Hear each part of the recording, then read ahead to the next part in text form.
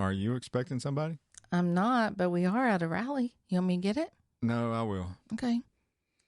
Oh, hey there. How are you? Oh, well, thank you so much. That this is a very sweet thing. Yes. Okay, thank you. We'll see you after a while. Okay, thank you. Bye-bye. Chris, what is going on? Who was that? That was the new couple down the way. Oh, that was nice. Yeah, they they saw our flamingos outside, and so they just brought us a pineapple. A pineapple? Yeah. What is the deal with that? I have no idea. Oh, yes, you do. Bow chicka down down chicka chicka down down. Hold on tight. It's The Riveted with Chris and Gina.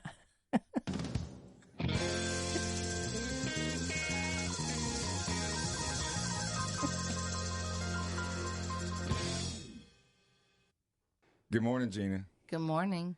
It's early. For you, it is. Yeah.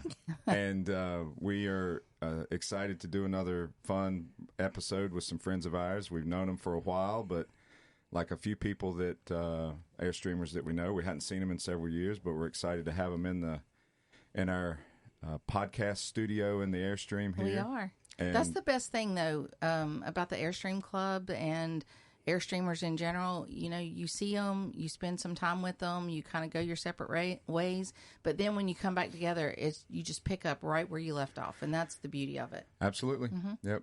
We have a fun couple that have a very unique Airstream.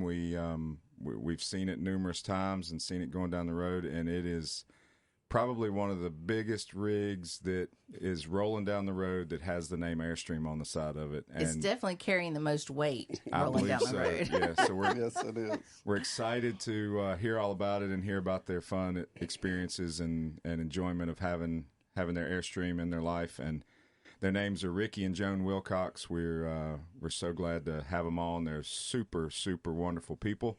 And so without further ado, welcome to The Riveted with Chris and Gina, you guys. Thank you guys for having us.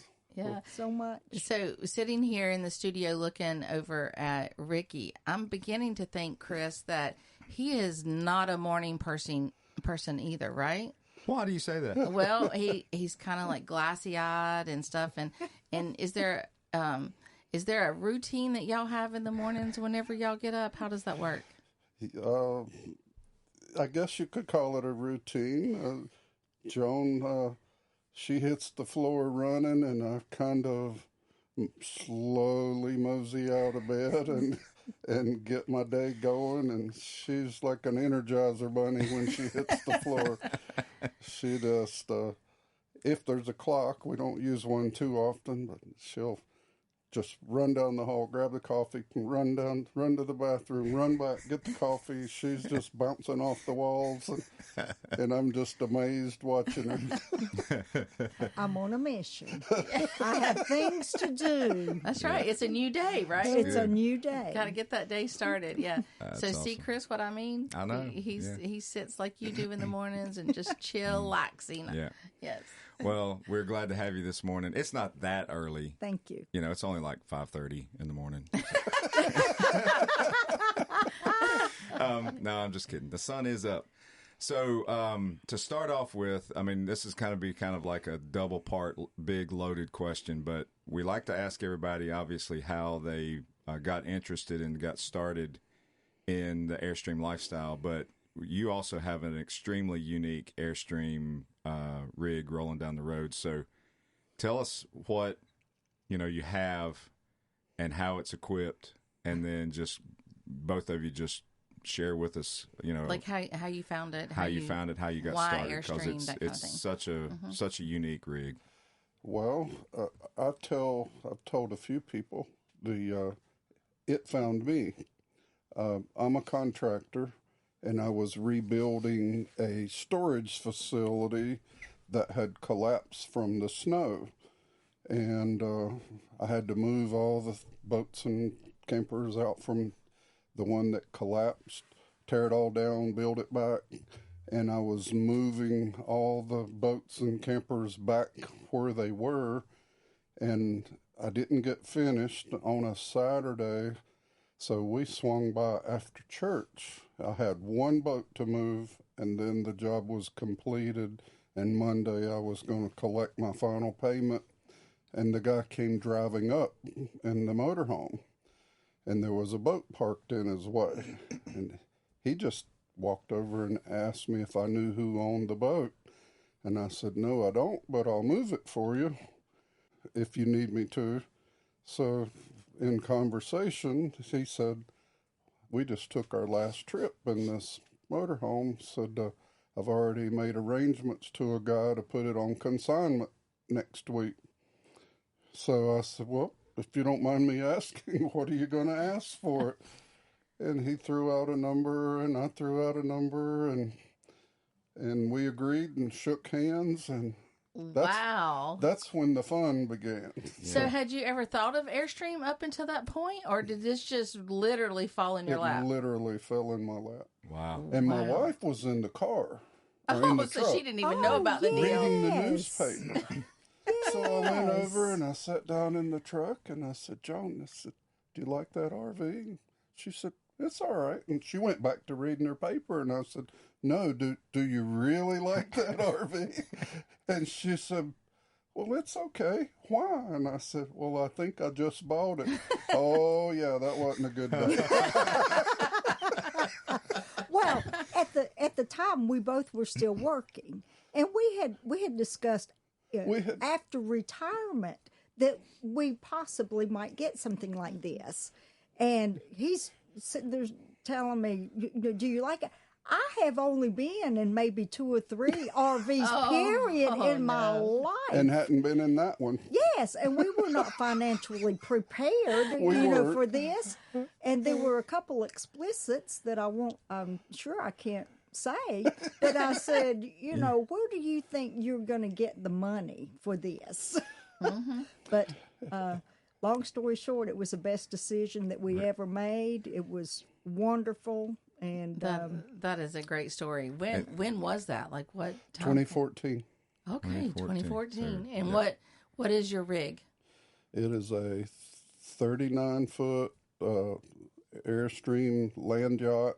A 390 XL was the model number. Mm-hmm. So it's 39 foot.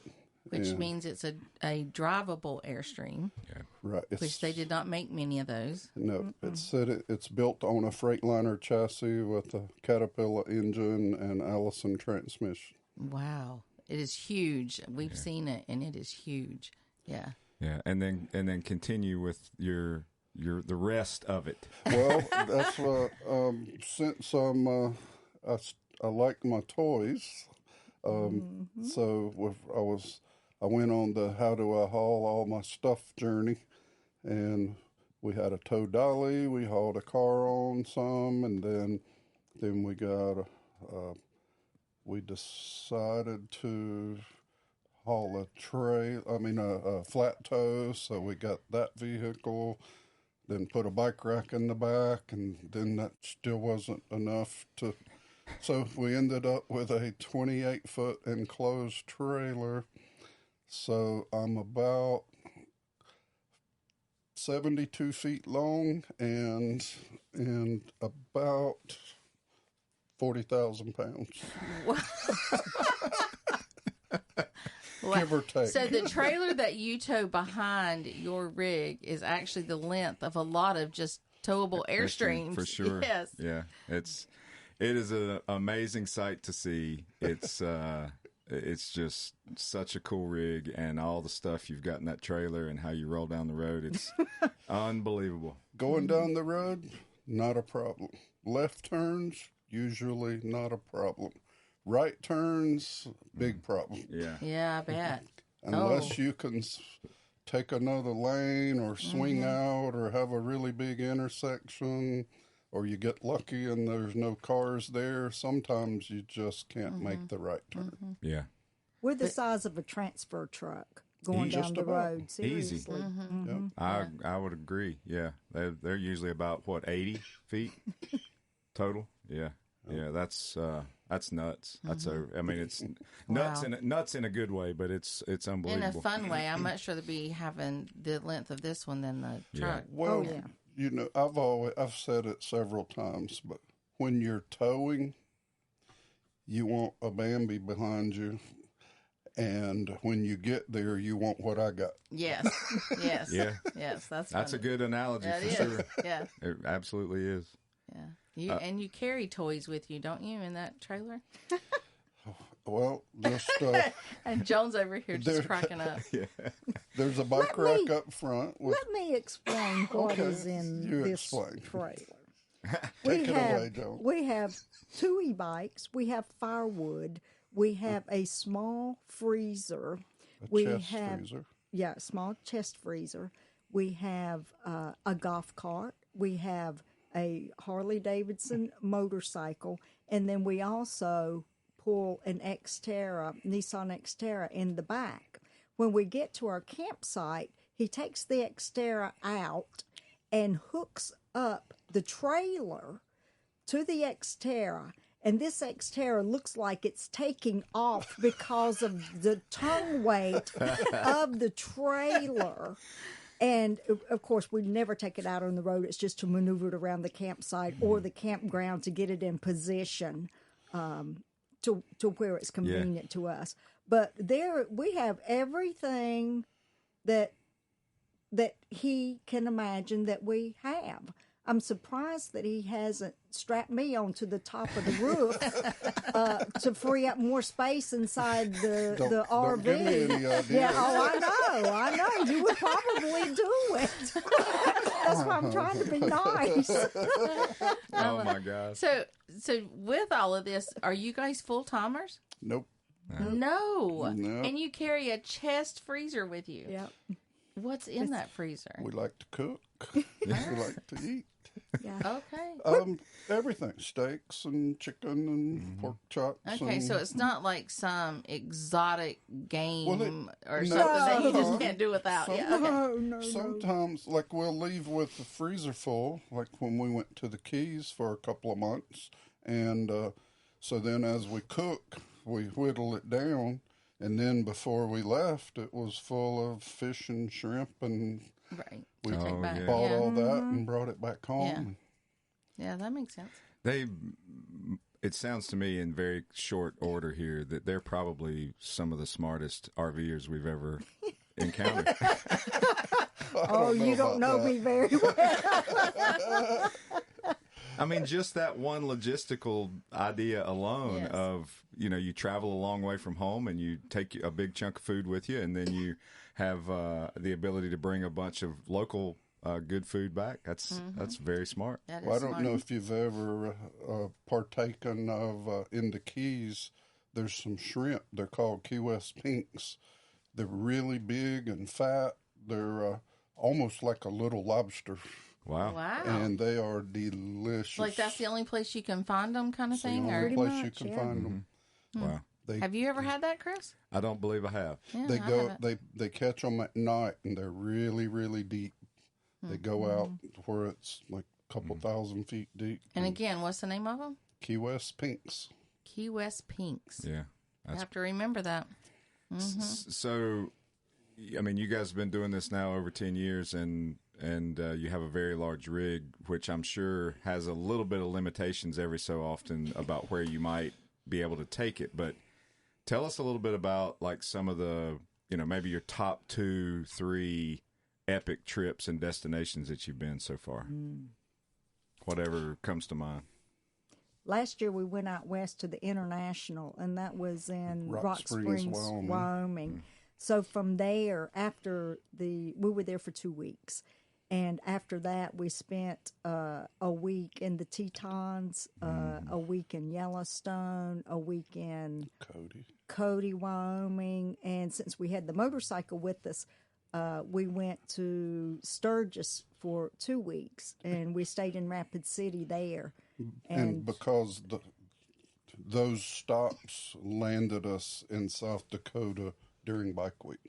Right. Oh, that's perfect. Oh, I think he had that planned. There was definitely some planning involved. Yes, I for think sure. that was planned. So when you say because you had the bike with you, does that mean that you left your rig parked somewhere and then just took the bike, or did you actually move the whole rig and everything to Sturgis? We moved the whole rig rig. to Sturgis for 2 weeks, but then everywhere we went was on the motorcycle. Yeah. And that was midsummer out there because It's in August. August, yeah. So great time Yep. to be on the bike. That's great. And Well, I would dare to ask if they did the Bluetooth highway, but at their length, I would say that would be a definitely no. the Beartooth I Highway. mean, what did I say? Yeah. Bluetooth. I was getting ready to say I don't know that one. Wow. But See? we did. We're gonna have but to get not back in to the our- motorhome. We're gonna, Yeah. we're gonna have to go back to our robot, Chris. Bluetooth highway. No, Beartooth highway. Yes. So you did it on the motorcycle. Yep. Yeah. Yeah. We took our rig on there, and that's a phenomenal It's highway. Is it not? beautiful. Yeah. It is gorgeous. We did it with another Airstream friend. He had a 27-foot international, and he went in front of us. We both went in tandem on a beautiful Saturday morning and took pretty much all day, just nice and 3/4 of the day, nice and slow, getting up close to the top. And then there was a campground up there, first come first served campground up there, and we stayed for a couple days. And then on the backside, going down a few days later, and went and it dumped us in. What was cool about that is Yellowstone. having him in front of us. We got to see the Airstream and going Yes. around the curves and stuff. That was Yes. pretty. It was an awesome road. But you did it on the motorcycle. Yep. Yeah. And at the top, there was still, even in August, there was still some snow on the ground. And we got to see a sight, like the mountain goats. Yes. A whole herd of them came across. Nice. They literally came up into the road and went on up right in front of us. Yeah. We got some great pictures of That's them. cool. Yeah, that's wonderful. I tell you, that's the beauty about being out west too. Is it's all open range for any kind of wildlife, herds or anything, and it's beautiful to see that, in that natural habitat like that. But that was one of our favorite trips, I think, or at least one of the most recent favorites. Yeah, yes. If we're talking about good things, we can tell you thousands of good things, but I'm going to tell you some of the mishaps that we've had with Oh, goody. This is our juicy ones. with the trailer. Ricky, he's very, very careful. He keeps his equipment immaculate. Well, we're heading down the road, and all of a sudden, pow! And one of the tires blow on the trailer. Oh, no. So here we go. We pull off. He gets out. We carried a spare, no problem. So we get back on the road. We get to about Columbia. Pow! Another one blew. Oh boy. Well, we've only got one spare. Uh-oh. So here we are. We're trying to find. Well, he's trying to find a tire for a trailer that has the weight. Well, that's almost exactly true. The only difference is after the first tire blew, since I knew there was a tire shop not far from there, I did go get the tire fixed. That's true. So I didn't use my spare. Ah, there you go. But when the second one blew, I put the spare on. So then before I even pulled off, I called around and I found a tire place that was on my way that had one. So that was my next destination to get my spare fixed so I would have one. And so you would think, that's all the problems, right? You would be wrong. So it gets better. Well, we came here, Yeah. spent our week or so here. Everything was good. We headed back home. We didn't even make it to Conway. Yeah. Something like that. Third tire blew. On the trailer, though. On the You're trailer. still on the Yeah, trailer. just on the Okay, trailer. Okay. So, yeah, so then luckily, it blew, and I'm creeping with a blown tire trying to get over, and a guy pulls up beside me, and he motioned for me to roll the window down. I pushed the window open, and he said, "There's a tire place just right up the road, just barely out of sight." So I just limped up there and pulled right in, and he fixed my tire. So then we came home. Well, that was when I said, I'm not dealing with this anymore. So I ordered 4 of the heaviest ply, best Yes. tires I could find, Yes. and replaced them all, plus bought an extra spare. So now I carry 2 spares. Yeah. Good thing for that trailer. Yeah, that is true. No, that's But what you're saying right there, and I know that, that a mishap, we all have them, right? Yes. In one way, shape, or form.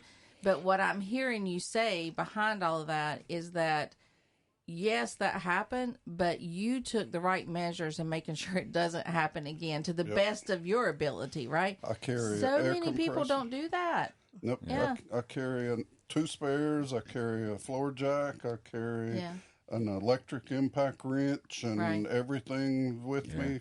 Yeah.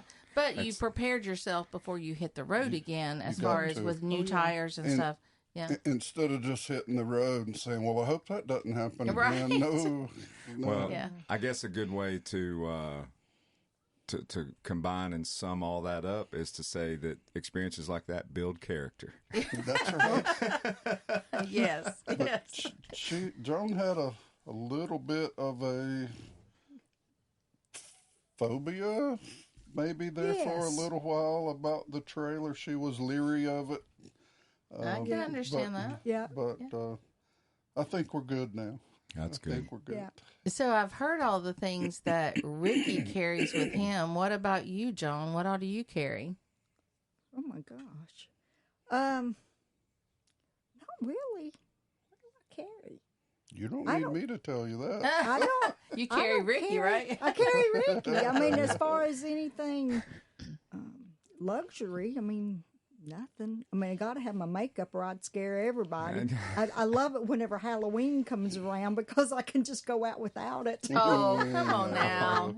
You are beautiful. Yes. Something But as far tells me that a lot of those cabinets in that big motorhome have got some fun possessions in there that you just have to have. well, we can't talk about our sex lives, Lord. but At least not this early in the morning. no. Hey, when you get our age, you just have to sort of joke about it. That is awesome. But we do have fun. Yeah. We do. You know, it's And a wonderful life. Yeah. It is. It's fabulous. That's great. So not knowing your life before Airstream, do you think that, buying that Airstream spur of the moment like that has enhanced your life? Or, was your life fabulous to begin with and this was just something you added to it? It was good. The Airstream definitely enhanced Oh, yes. our life. We just bought it because we wanted to go camping. And then when we went camping, we found out there was an actual Airstream club and rallies. We didn't even know there was an Airstream club. Yeah. And then when we found out, we joined. I would never go back. I can't. If something happened to this motorhome, I would have to find another Airstream because I would not want to get out of the club. Yeah. No. Well, the thing that I know about you guys too, and you've mentioned this to us, is that you're involved in a lot of other social organizations or other enthusiast type groups. You're passionate about motorcycles, your church, the Freightliner Motor Coach or Chassis Club, all that kind of stuff. And so, I guess, just being kind of selfish with this comment, I guess, but it's almost like all those other things. Now that you can carry your motorcycle, do some of the other fun things you're doing, go to some of these other like chassis rallies and stuff. The Airstream is the nucleus that allows you to do all of those things. That's right. Absolutely. Yep. Absolutely. Because we were, to be honest with you, before I bought a camper, I've always been a bit of an adventurer. Before I leave this world, I had always said I wanted to hike the Appalachian Trail. Might have missed that boat. We'll see. Yeah. I wanted to take a boat and do what they call the Grand Loop. I don't know if you're familiar with that. Yes. We are. Yes. And the people that do it, they call them loopers. Yeah. And then I started figuring, well, if you burn 70 gallons of fuel a day, and then you have to rent a boat slip everywhere you spend the night. So that has an expense. You still got to eat no matter what you do. That could be really, really expensive. Yeah, yeah. So then the Airstream kind of gives us the adventure. Not that it's cheap, but I don't think it's as expensive as doing it in the boat. Yeah, Right. I think you're right about that. We've known a few people that have done that loop. But one person in particular from years ago that I knew that he took his kids out of school and they took a year to do that. And he bought a boat, did the trip, enjoyed it, and then sold the boat. And he never did say what he spent on that year, but he also said that it was worth it, especially for his kids' experience. But I think you're right, Ricky. I don't think it's a very affordable endeavor. Nope. Yeah, but that's good. Well, I love boating, but what I like about RVing is, boating, you're kind of limited to the water. And then whenever you get off that water, park, you can only walk so far. Exactly. Right. Where with the RV, you can still travel that same kind of loop, just you have the adventure of having the car or whatever's with you in your case. Right. And even Motorcycle. better if you have the motorcycle and all with you. Yeah, that's right. Because then you can And the explore car. all around and you get to see the area, not just the water line. Exactly. Exactly. Do you have the ability to store your big rig at home, or do you have to store it somewhere else? We store it at home. We just this year built a carport out in front of the house. It's 40 by 50. So Oh, wow. all the motorhome, all of our cars and trucks, everything just fits right in there. That's good. Yeah, that's perfect. Yeah. Yes. How many times, and I'm sure it's infinite, but how many times have y'all pulled in somewhere and parked and people are just in awe? They're saying, like, I never knew Airstreams, had like Class A's. I didn't know you could drive an Airstream. Is this for real? Like, what's going on here? How many times has that happened? I would say it's in the hundreds. Yeah. Yeah. I've even had Airstreamers come up and want to see in it because they'd never seen one before. Right. Yeah. And we bought the first one in our club, and so many people looked at it and awed over it. Yes. And so Bill and Corey bought theirs because of us. Yes. Bjorn and Nicole bought theirs because of us. Yes. And my friend Patrick, who was here this weekend for his first rally, he just joined our club, and he had an Airstream trailer, and he bought the motorhome at the same time, and then he decided to sell the trailer. So now, as rare as they are, we have 4 of those in our club. That's really 4 awesome. different Yeah. colors. Right. Yeah. Yeah. See, that's wonderful. That is cool. Yeah. This just popped into my head. You may have already thought about it and chosen not to do it, but based on her question, I think it would be really cool. Your 28-foot enclosed trailer, you should get it wrapped or painted to cosmetically look like an Airstream travel trailer. Oh my gosh. And then, and then that would increase the number of times people come up to you and say, "What is this?" Yeah. Like a Because spaceship. you already have such a unique motorhome, and then you've got this trailer that it's not Looks an like you're Airstream, towing an Airstream. but it looks like some unique square, Yes. Airstream.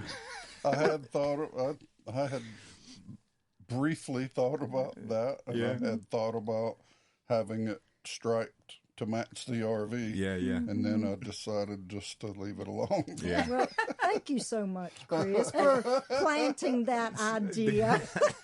I know. I think it would be awesome because that's the first It thing would I be thought. nice. Yeah, whenever he said 28 foot, I thought he could just tow an Airstream behind it. Yeah. No, but then he couldn't put all the stuff inside of it. But No. like, it's just I always try to have this like comical mind or like just fun mind, to where. Oh, that's the reason why you talk the way you do? Yeah. Okay. But it's like you're whipping into a RV park and not an Airstream rally or anything, but you're just pulling in, and then all these people are seeing your rig go by, and they're already doing the double take because of the Airstream motorhome, which you don't see that often, and then they see this other trailer, and they're like, "What is that thing?" Yeah. Yeah. But we don't take it everywhere we go. There's some rallies that we just flat tow a vehicle and leave it at home just for the simplicity. Yeah. Yeah. We can reorganize and take everything we need with the motorhome. Yeah. But as long as I'm physically able, I enjoy having the toys with me. So Yeah. I know there'll come a time I'll probably have to give that up, but I'm not there yet. Yeah. You're not, but I'd like to go there. Yeah. So, with your permission, can we go there? Sure. Okay. So Chris and I were up in Indiana, Elkhart, Indiana, 2 years ago. I think it was now. 21. In 21. Wow. Time Yeah. goes by fast. So in 21, and we happened to run across Ricky and Joan and at a Elkhart campground up there, and we got to speak to them for a little bit, and we noticed something was a little off, and we kept talking and kind of figured out that Ricky had COVID. And Well, he wasn't feeling well. He didn't know that at the time. well, we were assuming that might be just because he was just really off. sick. Yes, he was and- not his normal bubbly self. Yes, and so they left the campground, and we did not know, but we recently found out that you really had a bad time of it then. But can you share just a little bit about that? Well, I did have COVID. Before me, my wife Joan had COVID. Right. In a week or so, she was better and back to normal. Well, then when I started getting sick, I thought, okay, I'll just take my over-the-counter medicine and self-quarantine and rest, and in a week or so, I'll be better too. I was getting worse by the day, and towards the end of that was when we saw you guys, when I had come outside to try to get the trailer loaded up and get ready for the road, but I just had no energy. I struggled. I wouldn't let anyone help me because No, you wouldn't. We know that for sure. I didn't want to be responsible for getting another human being sick. Right. And I got it loaded up and hooked up, and we left the next morning. And because I had no energy, literally I could drive, 2 hours, 2.5 hours. I mean, even in the middle of the day with open roads and no traffic, and I would literally find somewhere to pull over and take a nap. Yeah. And then whenever I woke back up, if it was in an hour or two, then I would drive another couple hours. And so it took us a while to get home. So at 7 hours after I pulled in my driveway, I was in an ambulance on the way to the hospital. And in ICU for 11 days, and not knowing if I was going to make it. But luckily, it wasn't my time to go, and eventually, I did start getting better. It was all bad news for a while, and then it turned around, and it was better news. Right. And so For 11 days since I had COVID, I couldn't go see him. But for 11 days, the doctor would call me and tell me, I'm going to start crying. Yeah. The doctor would call me and he would say, this may be his last day. Oh, His man. lungs look like charred glass. Wow. He's not breathing. We can't get him turned around. And our friends would just bring me food and come over, and of course they couldn't come in, but they would just come to the doorstep and pray and whatnot. But talk about helpless, and talk about God's grace. The only reason that Ricky is here is because of God's grace. Oh, 100%. And there's no, thank you, Jesus, is all I can say. But through all of that, you had the friends, your Airstream friends. Oh, yes. Of course, your all of them home were friends and Airstream. stuff. Yes. Yes. And it didn't, what I think is wonderful is that that didn't slow you guys down. That didn't stop you. You guys didn't say, "Hey, let's just stop this RVing. Let's just back off and let's not." Instead, I think you jumped in even more. Yes. Did you not? Yes. Well, Yes. he did, because it was shortly after that he dove into the higher leadership of the Carolinas Airstream Club and was the president 2 years ago.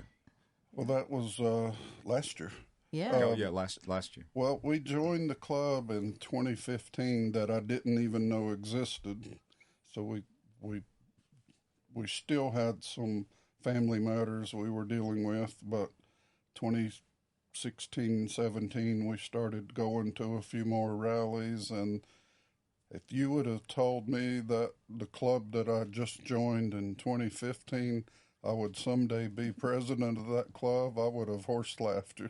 I would have said, "Are you out of your mind?" But you did it. But I did, yes. Yes. That's awesome. And how was that? Was that a lot of fun? That was an amazing experience, actually. It allows you to really get to know people, know how the club works and what the offices are and what they do, and just being an integral part of that for the basically 4 years, but the second VP 1 year, first VP, president, and then immediate past president, which I am now. I'm just finishing up. So I'll still be involved in the club. We'll still, host a rally or something or help with rallies. We're not going to disengage by any means. Right. We'll be a part of it until we can't. Yeah. No, that's wonderful. I think it's a wonderful story that you guys have. Well, and we hope you're a part of it as long as you can, and same for us. And we thank you so very much for spending some time with us this morning and reconnecting and chatting with you. And it's, your story is very unique because of the type of rig you have, for one, but also just the passion you have for the brand and just this lifestyle and the club and everything. So before we leave today, what's next for y'all? What, you have a special destination you're headed to this year, or? In 2 weeks, I'm going on a cruise. Yes. Without Joan. Oh. He's taking another woman. I'm taking another woman. Do tell. Oh, now we're gonna get into the good stuff. Now we're gonna find out what's really in those cabinets. No pineapples hanging on the door. I'm taking my mother. Oh, how special. That'll be nice. She's 83 years old, never been on a cruise, and I just wanted her to experience that. That'll be very nice. So I'm looking forward to it. Are you an only child? Nope. My brother, his name is David, and he's still working. He's trying to get off work. And if he can get off, he's going with me. Great. But I've already booked it, so we're going either way. Yeah. No, that'll be fun. Now, is he ever going to take you on a cruise? Oh, we love cruising. Oh, good. Oh, yeah. We've got one scheduled in May. Yes. Yeah. Oh, yes. Yeah. Very cool. So, as far as Airstreaming, we really don't have just a lot the of normal stuff. We've got James Allen's booked, International's booked. We're booked here for next year. Speaking of rallies, you touched on, next year we come here for the rally in 2025. We'll be here for the Airstream rally. Then after that, the FMCA, the Family Motor Coach Association, is having a rally, which we're members of. So we're coming to that rally. And then after that, the FCOC, the Freightliner Chassis Owners Club, is having a rally. So I made all my reservations. So we'll come in here to 3 rallies and never move. Wow. Yeah. These are some professional. They are. They got this down. Man, that is awesome. So 3 big rallies, and you're in the same site the whole time at the same place. site the whole time. And we're talking about next, October, November, or something like that? Yep. Yes, and we next can't even year. plan tomorrow. Yeah, man, that's awesome. That's great. That's really cool. That will be an experience for sure. So, to turn the tables just a little bit now, if there is anyone out there listening who would love to see their rig, they will have a permanent open house for 1 month at Ocean Lakes. Don't be saying that, Gina. Come on. No, that's really cool. Well, we wish you the best of luck for the next travel season, and can't wait to see and hang out with you again. Yes, and thank you guys. Thank you so very much for the time today. Us. Yep. All right. This has been wonderful, and we will see you guys down the road. Yes, indeed. Yes, we will. Yes, take care. Thank you. Such an amazing couple, Gina. They are so much fun. They are living the life. They are. They have the best laughs too. Don't you agree? Yeah, they are Yeah. cool. You can tell they're such a nice couple. But do you hear the common theme that we've been having here lately? And that's size matters, baby. We talked about that a few episodes. I know, but they do have the longest get up, don't you think? It's awesome. It's over the top. But when you see it in person, it just goes on and on forever, and it's inspiring and intimidating and I'm intimidated and enjoyable all at the same time. It's amazing. Absolutely. Yeah. Well, we listener, we hope you enjoyed this episode. We try to add all types of Airstream owners into the mix, whether it's a travel trailer or a big motorhome, whatever it is. And we hope you're enjoying listening to the diversity of the ownership and the experiences of being an Airstreamer. So this was a fun episode. It was. And, we're open to any of you joining us on the podcast. So open invitation. Open. Yes, please contact us. And that's through info@therivetedfox.com. That's the email address that comes straight to Gina and I. And then if you're poking around on our website, therivetedfox.com, there's a page for get in touch, and there's a little contact form on there that you can use. Either one comes straight to me and Gina, and we'll reach out to you. Absolutely. Thank you, guys, and we'll see you down the road.